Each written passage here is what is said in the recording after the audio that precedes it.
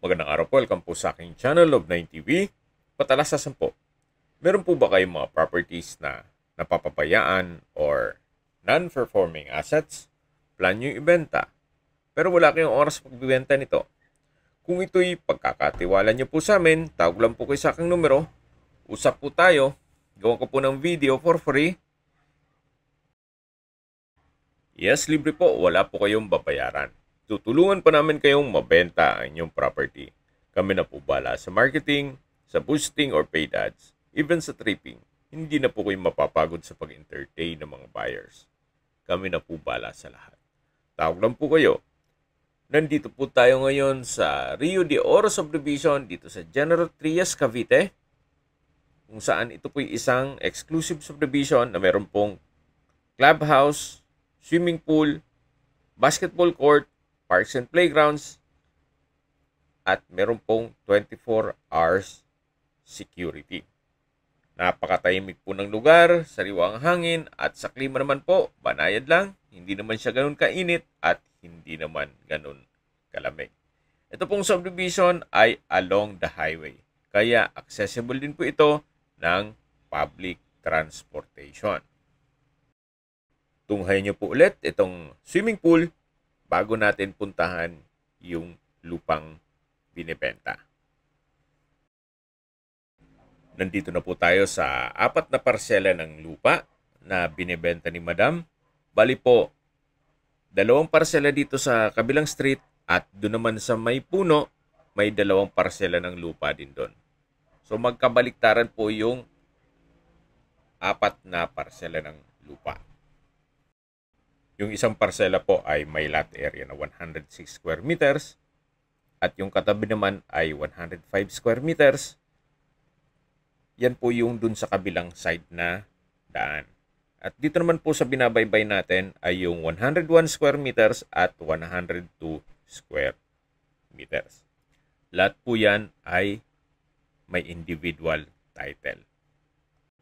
Ito pong may puno ay yung number 26 na 101 square meters. Then, ito naman po yung number 28 lot na 102 square meters. Then, sa likod po niyan ay yung number 25 at 27 na may lot area na 106 at 105. Kaya kung hanap nyo po ay isang malaking lupa na magkatabi, o di kaya meron po kayong 4 na anak para magkatabi lang sila sa subdivision, at kung sakali man na meron pong magkakaibigan na gusto magkadikit ang kanilang lupain, ito na po yung hinahanap nyo. Actually, kung nagbi-build and sell din po kayo, pwede rin po ito. Gawa ng saleable din po ang bahay dito. Kung naalala nyo po yung na-i-vlog ko na property dito, wala pang 2 weeks or 3 weeks, nabenta po siya kaagad. Pero kahit na mag-land banking muna kayo dito, pwede pa rin po. Gawa ng marami na rin nagpapatayo ng bahay dito. Ang lupa na may kada taon tumataas po ang value. Sa po natutulog ang pera nyo sa bangko, invest nyo na lang sa lupa. Habang naglilibot po tayo, pag-usapan natin ang distance, location, at travel time. Ito pong subdivision ay malapit po sa industrial area gaya ng Golden Gate Business Park. Ang distance is 750 meters at ang travel time is 1 minute. Mula naman po sa General Trias Doctors Medical Center, ang distance is 4.3 kilometers at ang travel time is 9 minutes. Yan po yung lagi kong binabanggit sa aking video na dapat nyo i-consider sa paghanap ng property, yung meron pong malapit na hospital. Hindi ko naman po sinasabing sakitin kayo. Yan naman po yung for emergency purpose lang naman. Mula naman po sa Lyceum of the Philippines, ang distance is 4.1 kilometers at ang travel time is 8 minutes. Mula naman po sa Manggahan, kung saan meron na pong mga malls, hotels, banks, restaurants, fast food at iba pang business establishments. ang distance is 4 kilometers at ang travel time is 7 minutes. Mula naman po sa First Cavite Industrial Estate, ang distance is 8.2 kilometers at ang travel time is 16 minutes. Malapit na rin po doon ang Calax Governors Drive Interchange.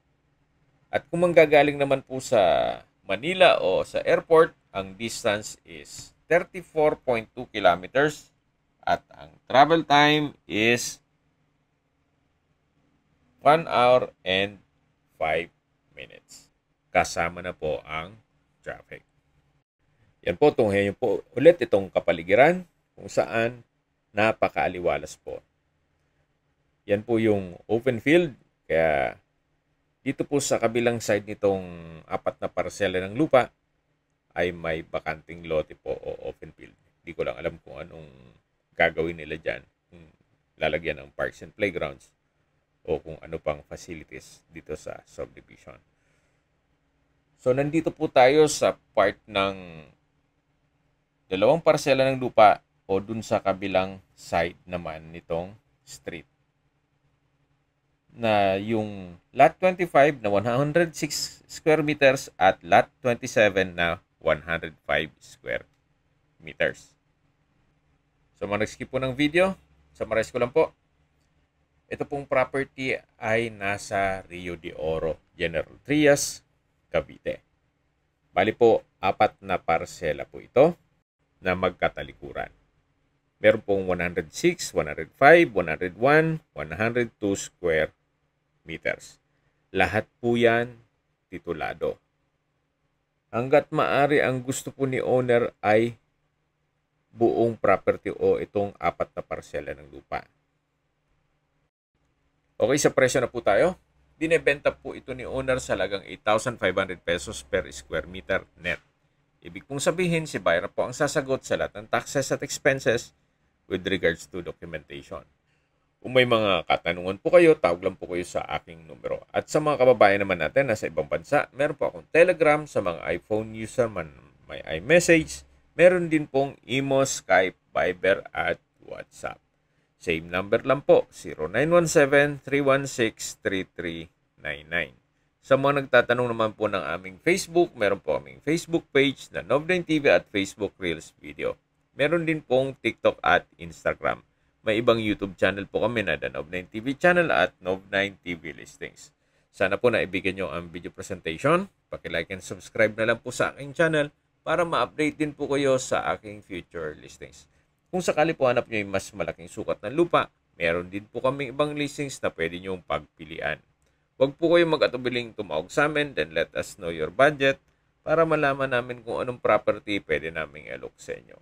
Sa lahat pong viewers, subscriber, at nagtiwala po sa amin, salamat po sa suporta. Ingat po kayo lagi at yung pamilya. Maraming salamat po.